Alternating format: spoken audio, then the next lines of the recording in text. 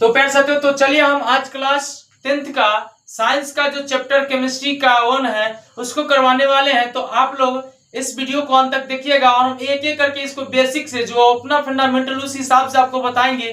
तो आप लोग इसको पूरी बढ़िया तरह से देखिएगा। तो सबसे पहले हम तो कहेंगे आप लोग इसको स्क्रीनशॉट मान लीजिए। तो चलिए हम एक जानकारी देना चाहते हैं कि हम अब इस पे जितने होगा यानी चैप्टर वाइज जितने भी क्वेश्चन होगा सारे क्वेश्चन को कवर करवाएंगे और उसके बाद इसमें जितना भी गेस्ट क्वेश्चन होगा, जितना प्रीवियस पूछा गया होगा, जो एग्जाम बोर्ड एग्जाम के लिए काफी इंपॉर्टेंट होगा, उसी को करवाने वाले हैं। तो आप लोग चैनल से हमेशा जुड़े रहिएगा और अपने दोस्तों के साथ शेयर जरूर कीजिएगा। तो चलिए हम एक एक करके हम पढ़ाते हैं। तो देखिए चैप्टर 1 है, तो चैप्टर 1 से पहले हम कुछ नया बेसिक के बारे में हम बता देते हैं कि केमिस्ट्री यानी रसायन शास्त्र को कितने भागों में बांटा गया है, यानी कि इसका 3 प्रॉपर्टीज होता है, 3 भाग होता है। तो कौन कौन होता है? तो देखिए पहला होता है ऑर्गेनिक। क्या होता है? ऑर्गेनिक केमिस्ट्री, जिसको हम लोग बोलते हैं कार्बनिक रसायन। क्या बोलते हैं? कार्बनिक रसायन। उसके बाद दूसरा होता है इनऑर्गेनिक केमिस्ट्री। क्या होता है?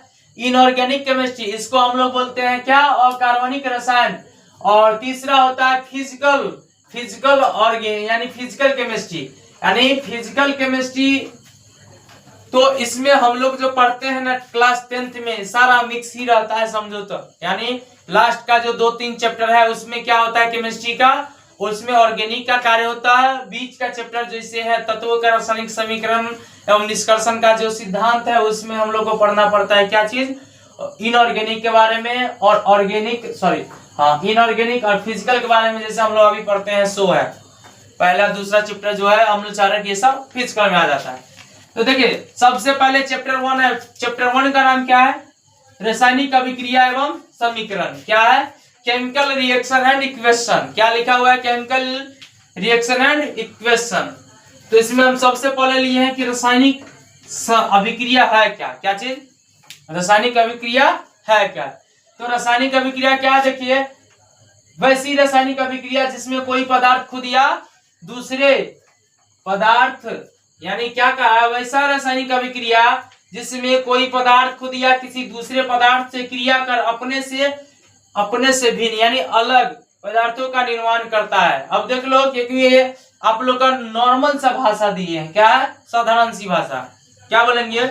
वैसी रासायनिक अभिक्रिया जिसमें कोई पदार्थ खुद या किसी अन्य पदार्थों से क्रिया कर या अभिक्रिया कर एक नए पदार्थ का निर्माण करता है, उसे ही हम क्या कहते हैं?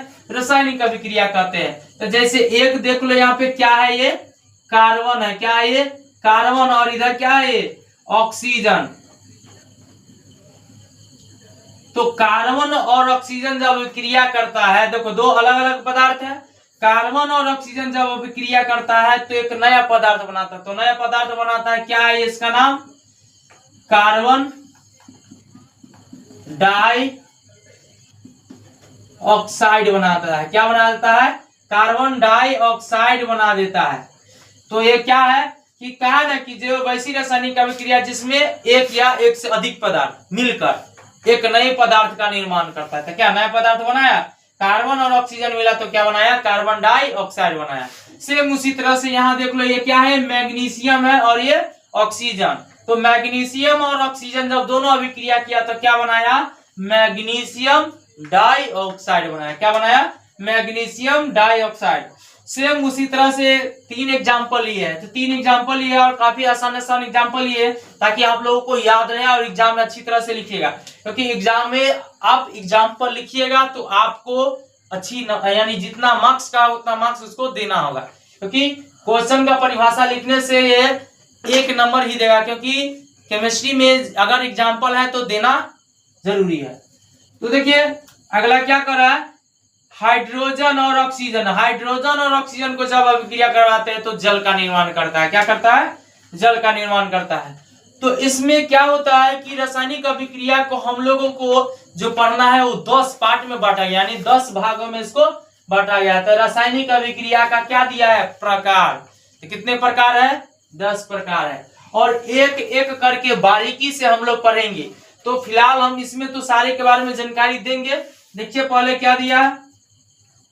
तो पहला होता है संयोजन अभिक्रिया। क्या होता है? संयोजन अभिक्रिया। दूसरा वियोजन अभिक्रिया। तीसरा विस्थापन अभिक्रिया। चौथा द्विविस्थापन अभिक्रिया। पांचवा हो गया उपचयन अभिक्रिया, अपचयन अभिक्रिया, रेडॉक्स अभिक्रिया, ऊष्माक्षेपी अभिक्रिया, ऊष्माशोषी अभिक्रिया और प्रकाश रासायनिक अभिक्रिया। ये टोटल 10 है। तो इसमें एक एक कर करके हम लोग पढ़ेंगे।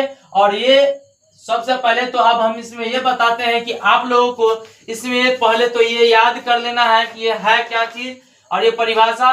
और इसके बाद ये हम इस पार्ट में हम इतना ही पहले बताएंगे क्योंकि आप लोगों को पहले ये याद कर लेना है। उसके बाद हम कल, इसके जस्ट बाद हम कल क्या करवाएंगे, इसका डिटेल में सारे का हम क्या करेंगे, परिभाषा, एग्जाम्पल और व्याख्या करके आप लोगों को बताएंगे कैसे इसका अभिक्रिया हुआ, क्या क्या इसमें घटना घटता है।